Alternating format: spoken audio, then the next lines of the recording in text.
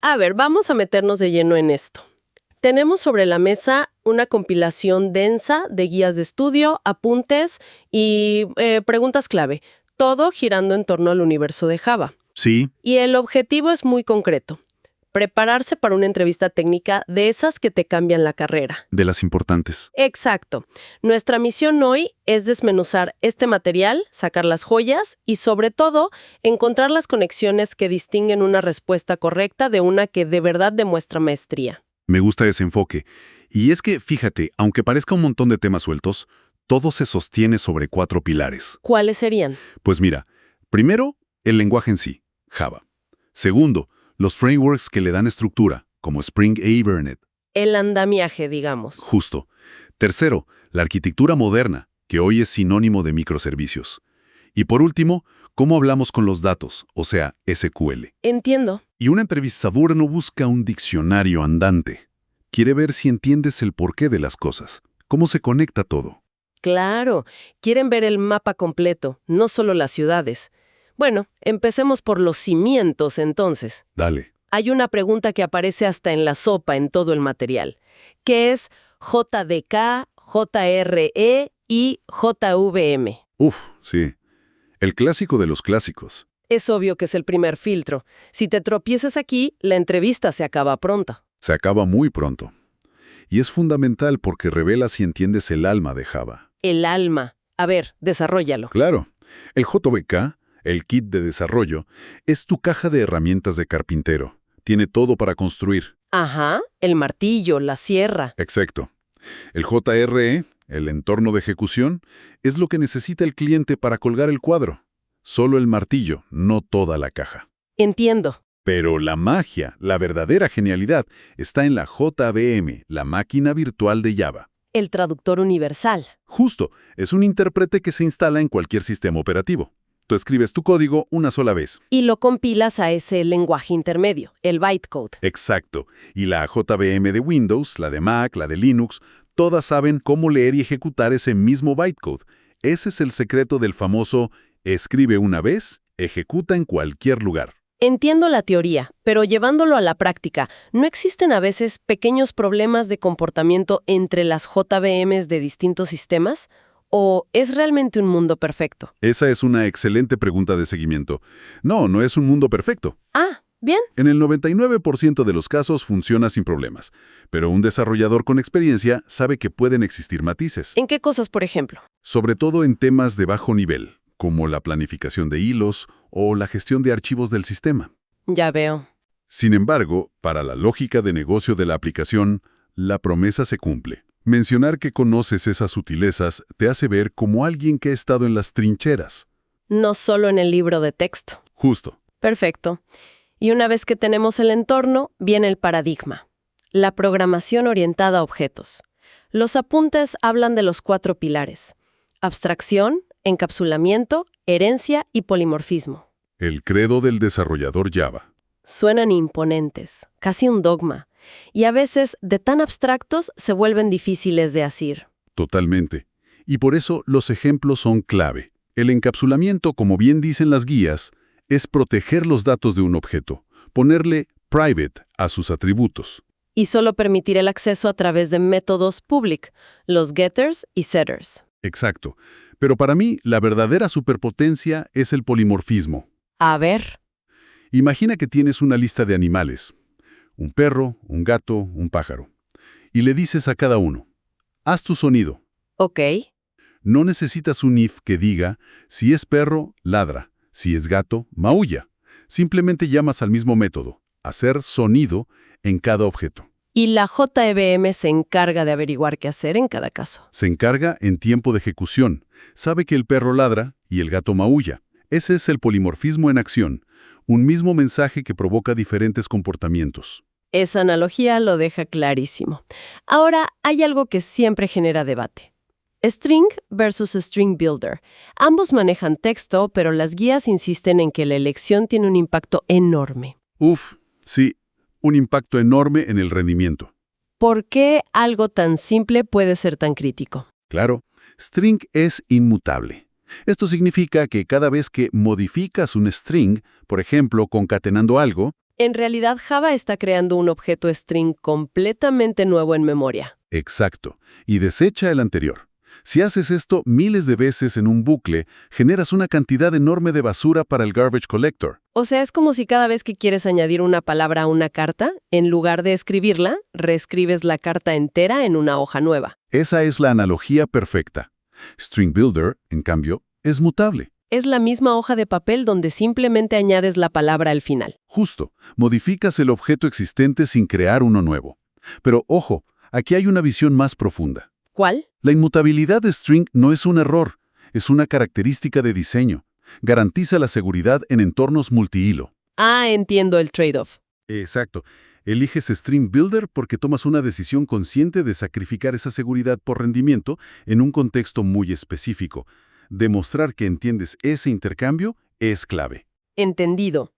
Y para cerrar esta sección de fundamentos, hay un trío que suena peligrosamente parecido. Final, finally y finalize. El clásico para pillar al despistado. Totalmente. Y finalize es la pregunta trampa por excelencia. Recuerdo una entrevista hace años donde me la preguntaron. ¿Y cómo se responde bien hoy? A ver, final es un modificador para crear constantes o para evitar que una clase sea heredada o un método sobrescrito. Listo. Finally es el bloque de código en un try-catch que se ejecuta sí o sí, haya excepción o no. Ideal para cerrar recursos. Exacto. Y finaliza. Explicas que era un método que llamaba el garbage collector antes de destruir un objeto y acto seguido dices por qué nunca deberías usarlo en código moderno. Porque es impredecible y ha sido depreciado. Eso demuestra conocimiento histórico y, más importante, buen juicio práctico. Fantástico. Dejamos los cimientos y empezamos a construir la casa. Hablemos de Spring. Los apuntes lo definen como el sistema nervioso central de las aplicaciones Java. Es una buena imagen, ¿sí? Lo primero que salta a la vista son esas anotaciones por todas partes. At component, at service, at repository, at REST controller. Son los llamados estereotipos. Le dicen a Spring qué papel juega cada clase en la aplicación. Y la diferencia entre at controller y at REST controller es crucial, ¿no? Crucial. El primero, at_controller, está pensado para el modelo tradicional, donde el servidor devuelve una página HTML completa. Una vista. Exacto. At_REST controller es para el mundo de las APIs. No devuelve una vista, sino directamente los datos en formato JSON o XML. Listos para ser consumidos por un frontend como React o una app móvil. Justo. Y eso nos lleva a los dos conceptos que son el corazón de Spring. Inversión de control, o IOC. Y la inyección de dependencias, DI. Se usan casi como sinónimos, pero no lo son. No lo son, y distinguirlos demuestra profundidad. La inversión de control es el principio filosófico. A ver. Es como pasar de conducir un coche manual a un automático. Antes tú tenías el control de todo. Con Spring, tú solo te preocupas por el volante y el destino, que es la lógica de negocio. Y el framework, que es la caja automática, se encarga de la mecánica. Cedes el control. Me encanta la analogía. Exactamente eso. ¿Y la inyección de dependencias, entonces? La inyección de dependencias es el mecanismo concreto que usa esa caja automática. Es la forma en que Spring le da a un objeto, a un bin, las otras piezas que necesita para trabajar. En lugar de que mi servicio de pedidos cree un repositorio de productos con new, Spring se lo inyecta desde fuera, y las guías mencionan que la forma preferida es la inyección por constructor. ¿y por qué esa preferencia? ¿Qué ventaja tiene sobre inyectar en un campo con @autowired y ya? Pues principalmente por dos razones. La primera es que obliga a que el objeto tenga todas sus dependencias listas al momento de su creación. Es más robusto. Ok, tiene sentido. Y la segunda, muy importante, es que facilita enormemente las pruebas unitarias. Puedes crear una instancia de tu clase en un test, pasándole mocks o versiones falsas, sin levantar todo el contexto de Spring. Cierto, fomenta un código más limpio y testeable. Y si Spring es el cerebro, Hibernate es el traductor para las bases de datos, un ORM, un mapeo objeto relacional. Piénsalo así. Tu código Java piensa en objetos, como cliente, pedido. Y la base de datos relacional piensa en tablas, filas y columnas. Son dos mundos distintos.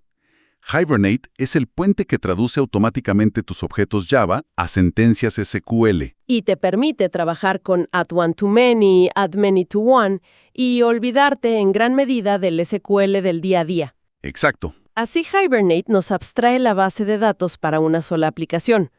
Pero, ¿Qué pasa cuando esa aplicación se vuelve un monstruo? Ahí es precisamente donde el paradigma de microservicios entra en juego, Rompiendo esa gran aplicación monolítica. en pedazos más pequeños, especializados y manejables.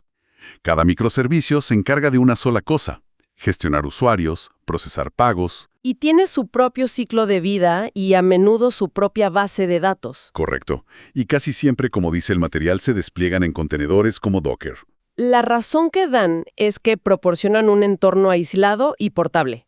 Es como meter cada servicio en su propio Tupperware, ¿no? Es la analogía perfecta. Cada Tupperware o contenedor tiene el servicio y todas sus dependencias. Garantiza que funcione igual en todos lados. Pero esta independencia tiene un precio. Claro. Ahora tienes un sistema distribuido y las cosas pueden fallar de formas nuevas y emocionantes. Como los fallos en cascada. Si el servicio de pagos depende del de usuarios y el de usuarios se cae, El de pagos empieza a fallar también y se lleva por delante a otros. y justo ahí es donde brillan patrones como el circuit breaker. El interruptor de seguridad. Si un servicio intenta llamar a otro y falla repetidamente, el circuit breaker salta. Se abre. Y durante un tiempo deja de intentar llamar al servicio caído. Devuelve un error inmediato o una respuesta por defecto. Evita que el sistema se sature. Y le da tiempo al servicio fallido para recuperarse. Mencionar este patrón en una entrevista demuestra que entiendes los problemas reales de los sistemas distribuidos. Y toda esta comunicación entre servicios se hace a través de APIs, generalmente REST. Los apuntes distinguen bien entre SOAP y REST. SOAP es más antiguo, más rígido. REST es más flexible, basado en los estándares web, como los verbos HTTP. Get, post, delete. Pero la duda siempre surge con put y patch. Es una distinción sutil pero importante. Imagina un usuario con nombre, apellido y teléfono. ¿Ok? Con put, si quieres cambiar solo su teléfono, tienes que enviar el nombre, el apellido y el nuevo teléfono. Put reemplaza el recurso completo. Ah, si no envío el apellido, se borra. Se borra. Con patch, en cambio, solo envías el campo que quieres cambiar. Es una actualización parcial mucho más eficiente.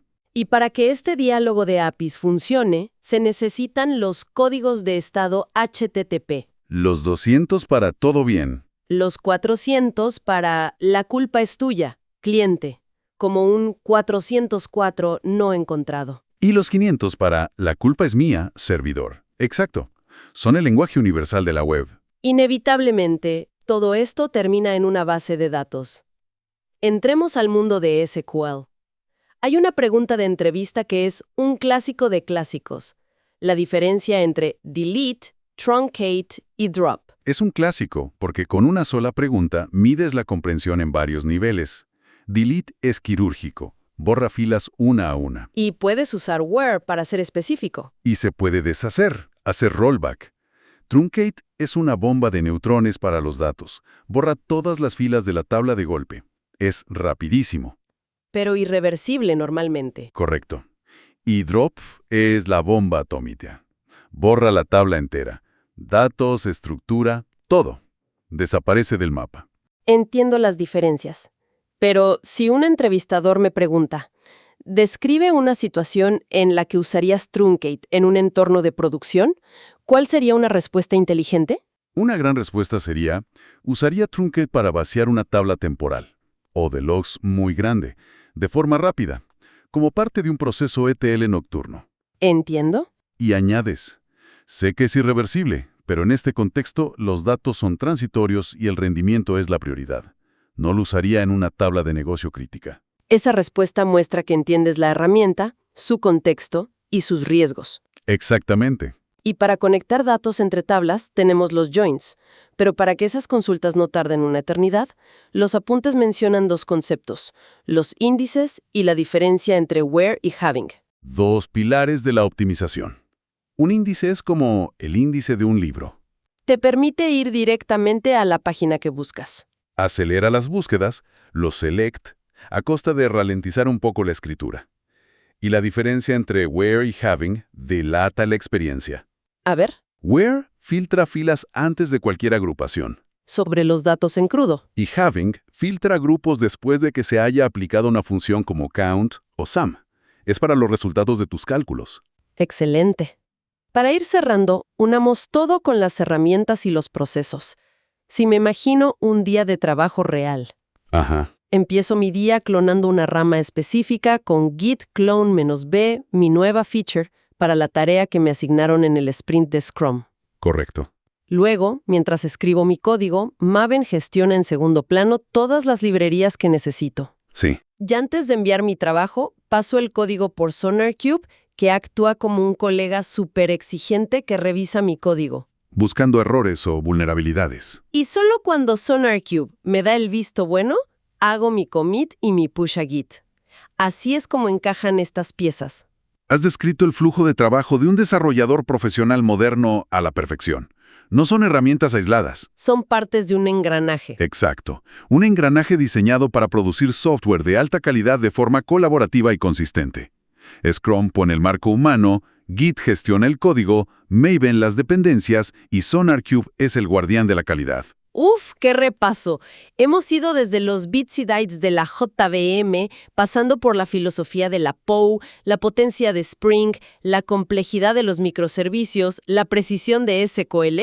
Y hemos terminado con el flujo que lo une todo. Realmente es un ecosistema completo. Es muy completo. Y si damos un paso atrás, hay un hilo invisible que conecta todo. Todas las guías, aunque sean súper técnicas, mencionan patrones de diseño. Solid, DAO, DTO. Circuit Breaker, que ya nombramos. Exacto. Estos patrones no son un lenguaje ni un framework, son sabiduría destilada. Soluciones probadas a problemas que aparecen una y otra vez. Justo. Y aquí es donde se pone realmente interesante. Continúa. Esto nos lleva a la reflexión final. Después de desmenuzar todas estas herramientas, da la sensación de que la verdadera maestría no está solo en memorizar comandos o anotaciones. La tecnología de hoy será el legado de mañana. Exacto.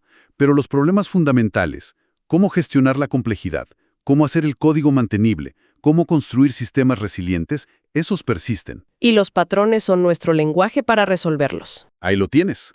Así que la pregunta para reflexionar es, más allá de la próxima tecnología de moda, ¿cuál es el próximo patrón de pensamiento que se necesita aprender para realmente subir de nivel en este campo?